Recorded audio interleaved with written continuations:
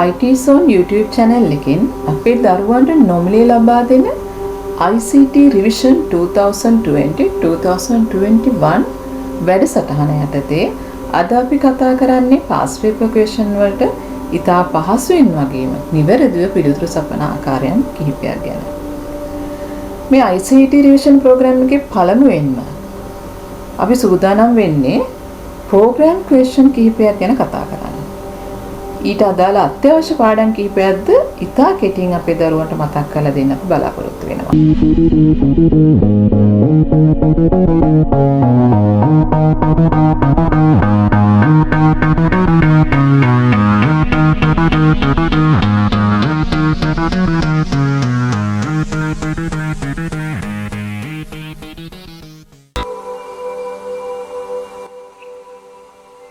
මේ question එක අපි ගත්තේ O level 2019 ICT paper එකෙන් paper 2 එකේ question number 8 අපි කතා කරන්න යන්නේ.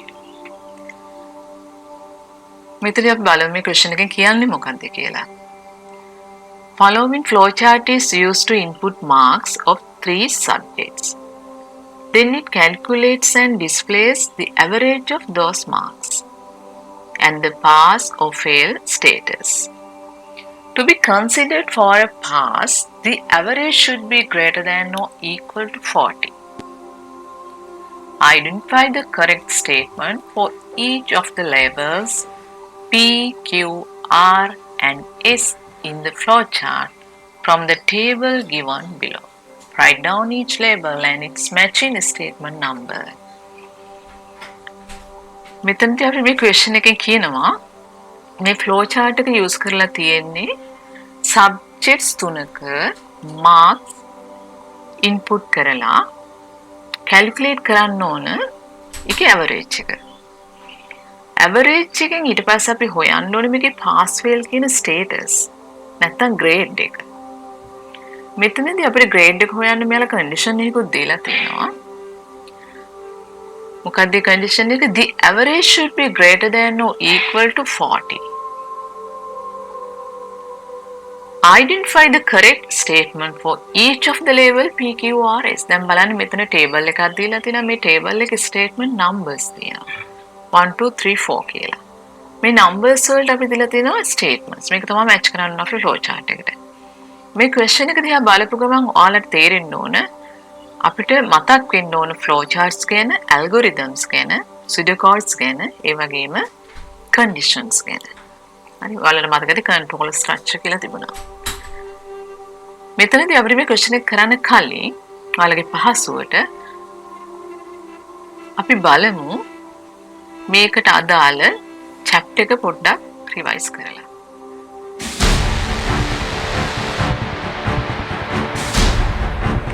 Algorithms. මේ note එක මම ඔයාලගේ ICT book එකෙන් ගත්ත එකක්, text book එකෙන්. මොකද මම පිටි notes ගත්තේ නැහැ. ඔයාලට මීට අමතරව වෙන notes ඕන නම් මම දෙන්නම්. මම contact කරන්න. මේ මෙතනදී මම ඔයාලගේ book එක use කරේ. ඒතර ඔයාලට doubt එකක් නැති නිසා.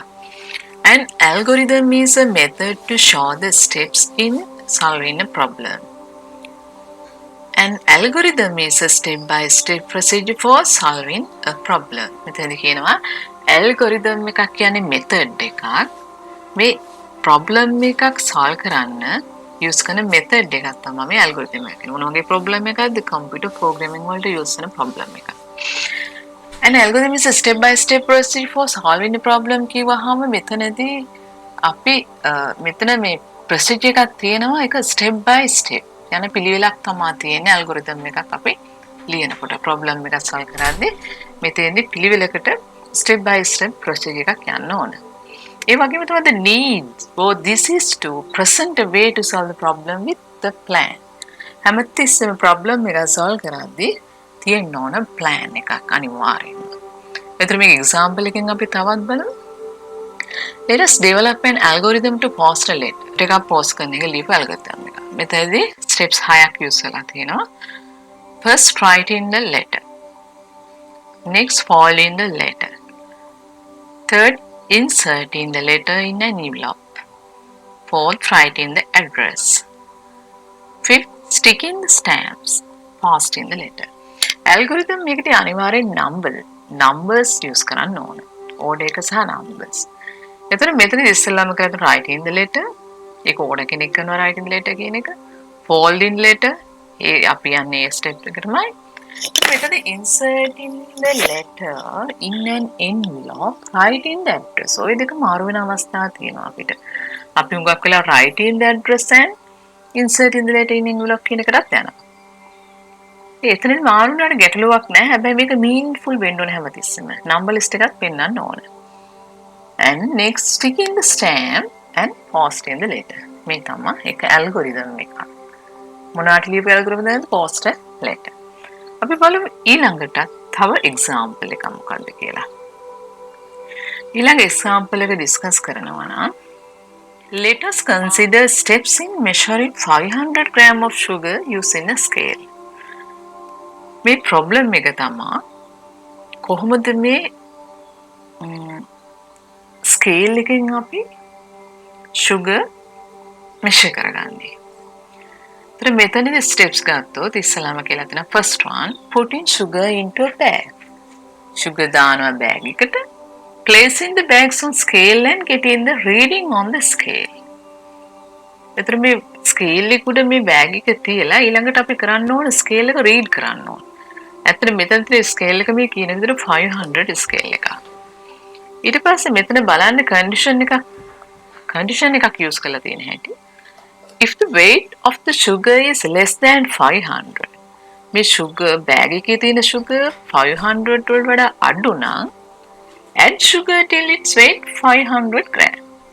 තවත් add කරන්න sugar 500 වලට එනකම්. මොකද අපිට 500 තමයි sugar measure කරන්න ඕන. ඊට පස්සේ කියනවා if the weight of the sugar is more than 500, 500ට වඩා වැඩි නම් ග්‍රෑම් 500ට වඩා වැඩි නම් මේකේ තියෙන sugar ඒ කියන්නේ 600 700 වගේ නම් remove sugar from the bag till it weight 500 gram. එහෙමනම් අපි කරන්න ඕන sugar අයින් කරන්න ඕන 500 gram වෙනකම්.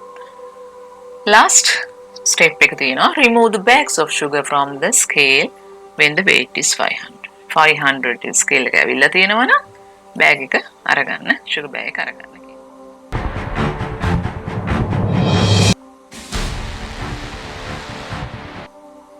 Flowcharts.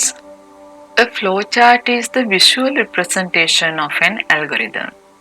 Standard symbols are used to construct a flowchart. දැන් මේ flowchart එක කියන්නේ algorithm එකක් represent කරන තවත් method එකක්. හැබැයි මේක visuals වලින් තමයි represent කරන්නේ. ඒ කියන්නේ figures වලින්. දැන් මෙතනදී මේ figures use කරන අපිට ඕන විදිහේ figures use කරන්න බෑ. එතන තියෙන standard symbols වගේ.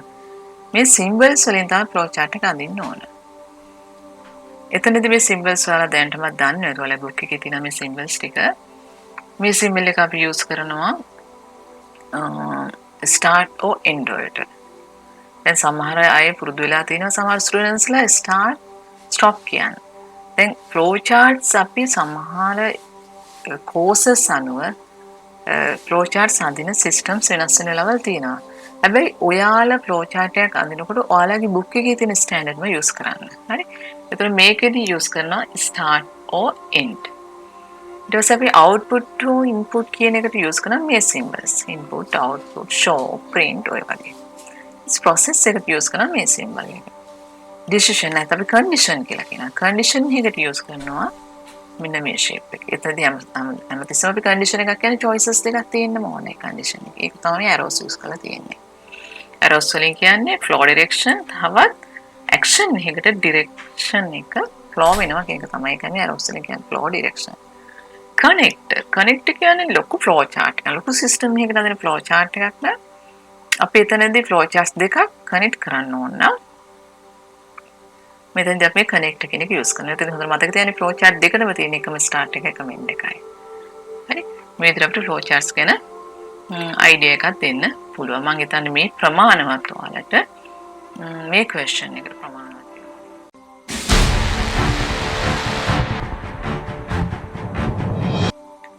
Pseudocodes.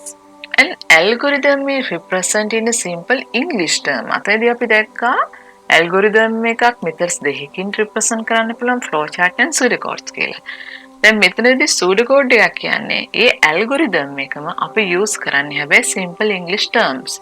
මේ ටර්ම්ස් ගත්තාම ඒවා වෙනස් කරන්න බෑ. මේ ඉංග්‍රීසි ටර්ම්ස් සූඩෝ කෝඩ්ස් වල තියෙන කීවර්ඩ්ස් වගේ නැත්නම් ඉංග්‍රීසි ටර්ම්ස් වගේ තියෙනවා අපිට ඒවා වෙනස් කරන්න බෑ. ඒ විදිහටම යූස් කරන්න වෙනවා. හරි.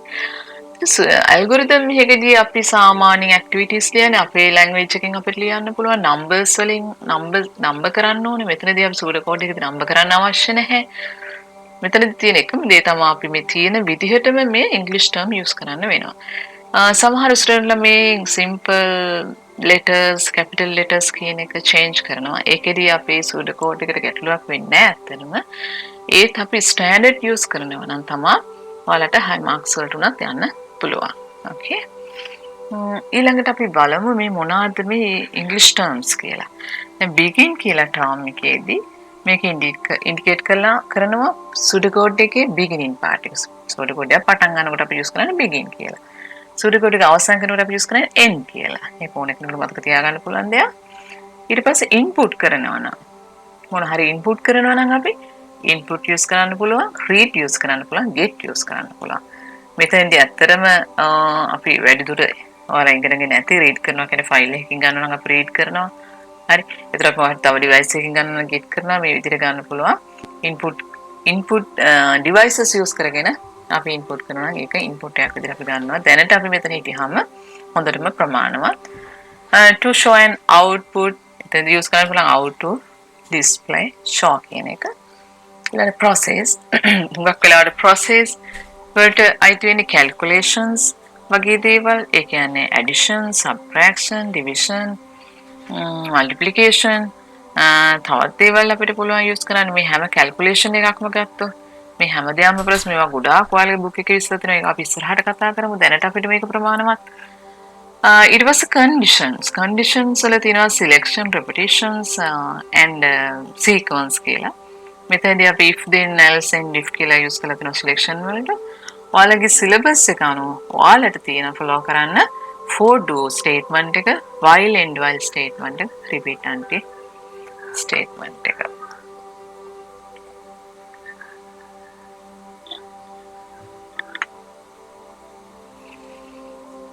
ඔයාලගේ syllabus එක අනුව ඔයාලට තියෙනවා මෙතනදී follow කරන්න for do repetition, for do statement එක, while and while statement එක, repeat until කියන statement. මේවා use කරන්නේ කොහොමද කියලා අපි ඉදිරියට බලමු.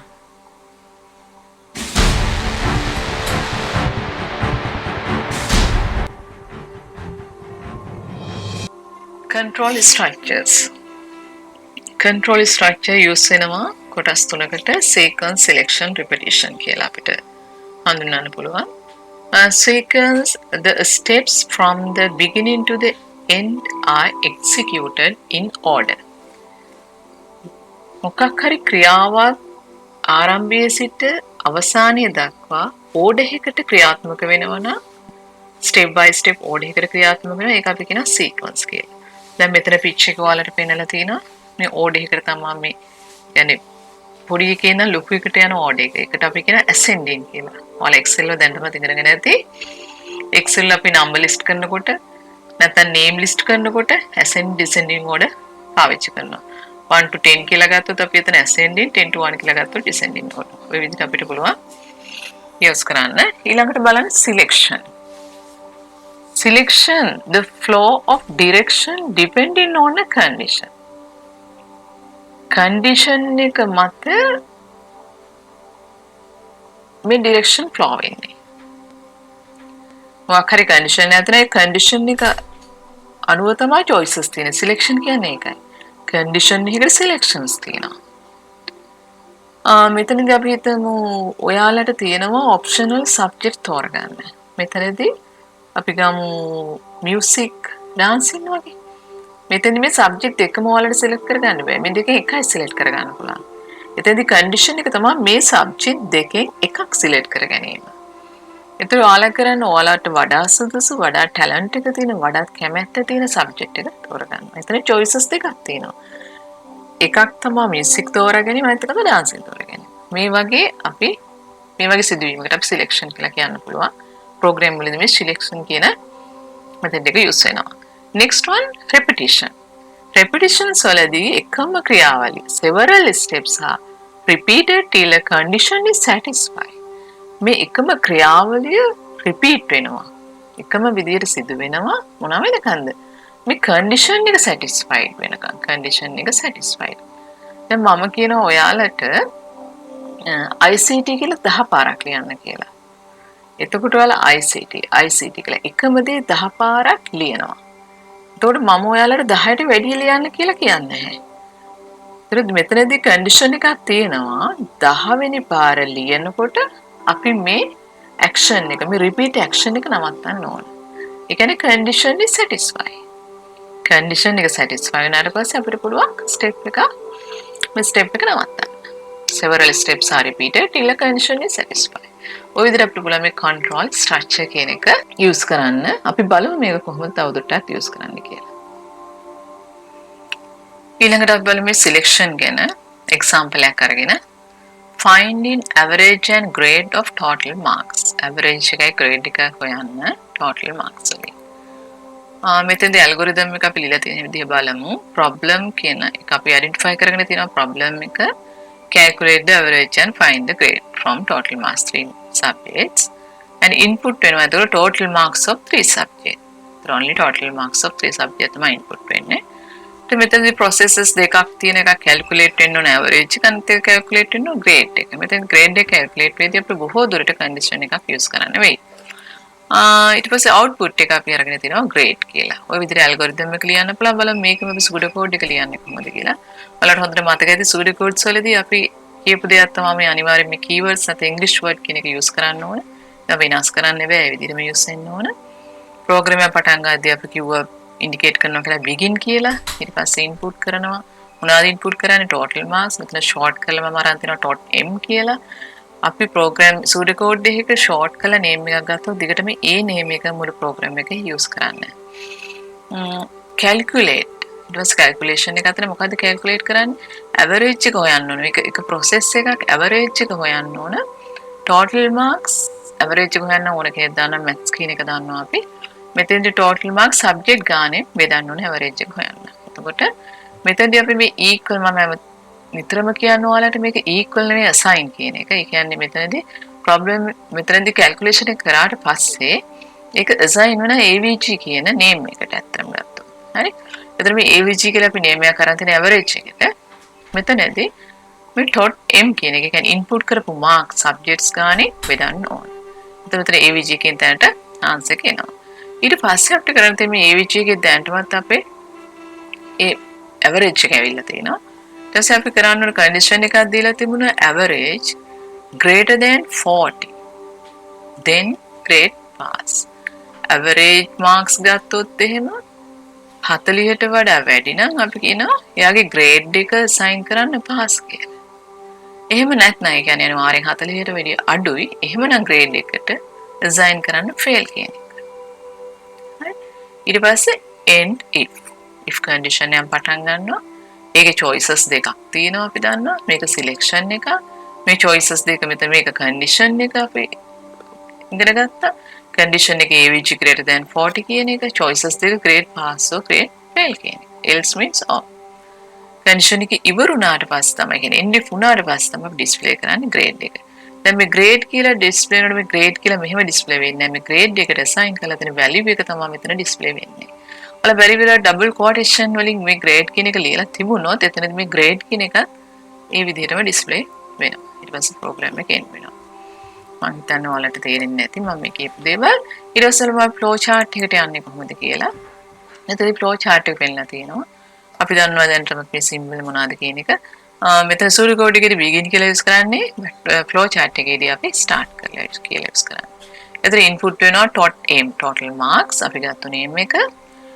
ඊට පස්සේ process එකකදී මේ input.m කියලා දැනට අපි ගත්තට මේවා ඉදිරියට අපි ඉගෙන ගන්නවා variable සම්බන්ධව දේවලුත් අපි ඉගෙන ගන්නවා. ඒක අපි බලමු ඊළඟ වීඩියෝ එක කොහොමද කරන්නේ කියලා. input.m එතකොට total marks input වෙනවා. 3 subject එක මෙතන. හරි. ඒතකොට average එක හොයන්න subject ගානේ මොකද වෙන්න ඕනේ? බෙදෙන්න ඕනේ. ඒතර මෙතනදී process එක අපි දීලා තිනවා. process එක දැන් මෙතන flow වෙන්නේ මේ direction flow වෙන්නේ node එකට. start වුණා input කරා ඔන්න process එකට ආවා. process එකෙන් හොයාගත්ත average එක. ඊට පස්සේ average එකේ condition එකක් තියෙනවා අපිට. මේ average එක 40ට වඩා අඩුද වැඩිද කියලා බලන්න එක. අපි කොහොම 40ට වැඩි නැහැ කියන්නේ years වැත්තන. years නම් grade වලට assign කරනවා pass කියලා no කියලා කියනවා නම් grade වලට assign කරනවා fail කියලා. ඊළඟට අපි කතා කරනවා repetition ගැන. මෙතනදී example එකක් ගන්නවා මම finding the large number from two different numbers. මේක ඔයාලගේ school book එකේ තියෙන text book එකේ තියෙන example එකක්. මෙතන large number එක හොයන්න ඕන numbers දෙකක් input කරලා. මෙතන pseudocode එක තියෙනවා flow chart එක තියෙනවා. ඔයාලට කැමති නම් ඉස්සෙල්ලා flow chart එක ඇඳලා pseudocode එක ලියන්න පුළුවන් නැත්නම් pseudocode එක ලියලා flow chart එක අඳින්න පුළුවන්. මේ දෙවිදිහටම දක්ෂ දරුවෝ ඉන්නවා. හරි. එතන මෙතනදී අපි start කරා input කරා numbers දෙකක්. ඒක අපි ගත්තා in1 in2 කියලා. ඊට පස්සේ condition එකක් අපිට ඇවිල්ලා තිනවා. මේ condition එකේදී choices දෙකක් තියෙනවා. yes මේ පැත්තට කියලා තියෙනවා no මේ පැත්තට. මේ direction එක මාරු වෙන්න පුළුවන්. ඔයගේ program එක flow chart එක පහසු විදිහෙන් අඳින. ඒ කියන්නේ flow වෙන්න පහසු ක්‍රමය අනුව මේ direction දෙක මාරු වෙන්න පුළුවන්. ඊට පස්සේ අපි කියන is n1 larger than n2. n1 larger නම් විශාල නම් n2 වලට වැඩිය. එහෙම නම් yes මොකද්ද? larger number is n1. එහෙම නැත්නම් larger number is n2. අනිවාර්යෙන් n එක එහෙම නෙවෙයි නම් n2 තමයි larger වෙන්න ඕන. මෙතන yes no condition choices දෙකේම මේ condition එකේ එන choices දෙකම flow වෙනවා output එකට. large number එක විතරයි අපිට output කරන්න ඕන. මොකද මෙතන finding the large number අහලා තියෙන්නේ. ඊට පස්සේ flow charts end වෙනවා. ඊට පස්සේ මම pseudocode එක පෙන්නලා තියෙනවා ඒකෙම begin read කියලා මෙතනින් අරන් තියෙනවා file එකකින් read කරනවා. ඒවා අපි reading files වලදී අපි කතා කරමු. n1 n2 කියලා අරන් තියෙන input කරලා නෙවෙයි file එකකින් read කරලා. එහෙමනම් මෙතන කියනවා if condition එක use කරන්නේ selection එකකට. if n1 greater than අපි large number කියන්නේ greater than n2 then large equal n1 not equal මෙතනදී අපි කියන්නේ assign n1 to large else assign n2 to large. So end it this way large end. මම මේක ගොඩාක් deeply discuss කරන්න යන්නේ නැහැ මොකද මේ repetition කියන part එක අපිට මේ question එකේදී ලොකු අවශ්‍යතාවයක් නැහැ. ඒ නිසා මම මේක ඔයාලගේ ඊළඟ වීඩියෝ එකේදී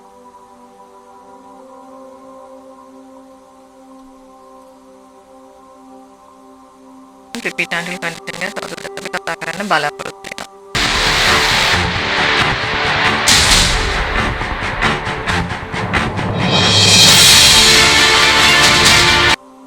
problem එකක් analyze කරනකොට when analyzing the problem the input process and output are identified separately. problem එකක් analyze කරනකොට separately අපි අඳුර ගන්න ඕන මොනවාද input මොනවාද process මොනවාද output කියලා. මේ problem එක කොටස් තුනකට identify කරගන්න ඕනේ විදිහට. ඒතර ඔයාලා දන්නවා දැනටමත් input කියන්නේ මොනවද? raw facts නැත්නම් raw materials. problem එක solve කරන්න තියෙන use කරන input කරන materials තමයි input කියන්නේ. process කියන්නේ මේ input එක conversion වෙනවා output එකට. මේක basic lessons වල ඔයාලා ඕන තරම් අහලා ඇති what is process කියලා ඔයාලෙන් අහනකොට ඔයාලා කියන්නේ data converted into meaningful information කියලා. ඒතර දන්නවා data meaningless facts කියලා. ඒතර information කියන්නේ meaningful කියන එක දන්නවා. ඒතකොට මෙතනදී මේ input එකක් output එකක් බවට conversion වෙන එකට අපි කියනවා process කියලා. so output කියන්නේ මේ process කළාට පස්සේ එන result එකට අපි කියනවා output කියලා. අපි බලමු තවදුරටත්. analyzing a problem එකේ example එකක් මම අරන් තිනවා. problem එක තමයි preparing letter which can be posted. post කරන ලිපියක් කොහොමද අපි සකස් කරන්නේ කියන එක. මේක ගොඩාක් familiar ඔයාලගේ textbook එකේ තියෙන familiar example එකක් නිසා මම ගත්තේ. මෙතනදී අපි input විදිහට අඳුර ගන්නවා a sheet of paper, a pen, an envelope and a stamp, glue. මේ දේවල් මොනවාද? මේවා තමයි input වෙන්නේ මේ problem එකේදී. ඒතර process වෙනවා අර methods ටික ඔයාලට මතක ඇති කලින් ලියපු algorithm එකේ. first one, writing the letter, folding the letter and putting it into the envelope, pasting the envelope, writing the recipient's address on the envelope, sticking the stamp, දැන් බලන්න මේ ටික ගත්තාම මේ ටික අපි ගන්න process විදියට. processes. and output එක මොකක්ද? ඒතකොට a letter ready to be posted. මේ දේවල් වෙනස් වෙන්න පුළුවන්. ඔයා මේක දකින්න වීව කරන වෙනාට මේ කෝඩ් එකට තියෙන්න ඕනේ. output එක post කරන්න letter එක ready වුණ letter එකට අපි කියන completed letter එකට අපි කියනවා output කියලා.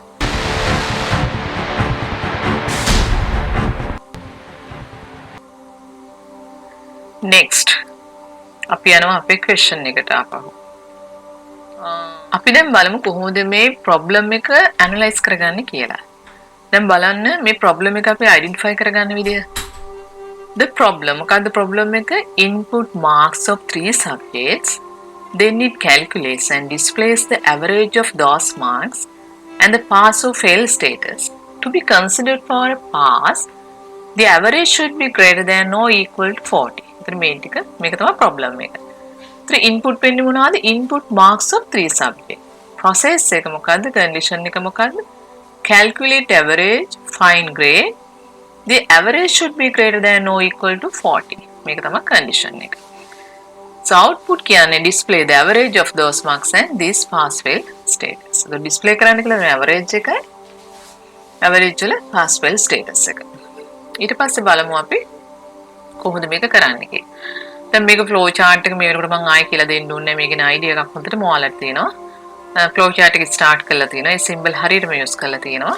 ඊට පස්සේ මේ start එකේ flow වෙනවා input කරන්නේ මොනවද කියලා. input කරන්නේ marks 1, marks 2, marks 3 කියන එක. ඊට පස්සේ තියෙනවා මෙතන process එකක් කියන එක අඳුරනවා. process එකට අපි P කියලා label කරලා තියෙනවා.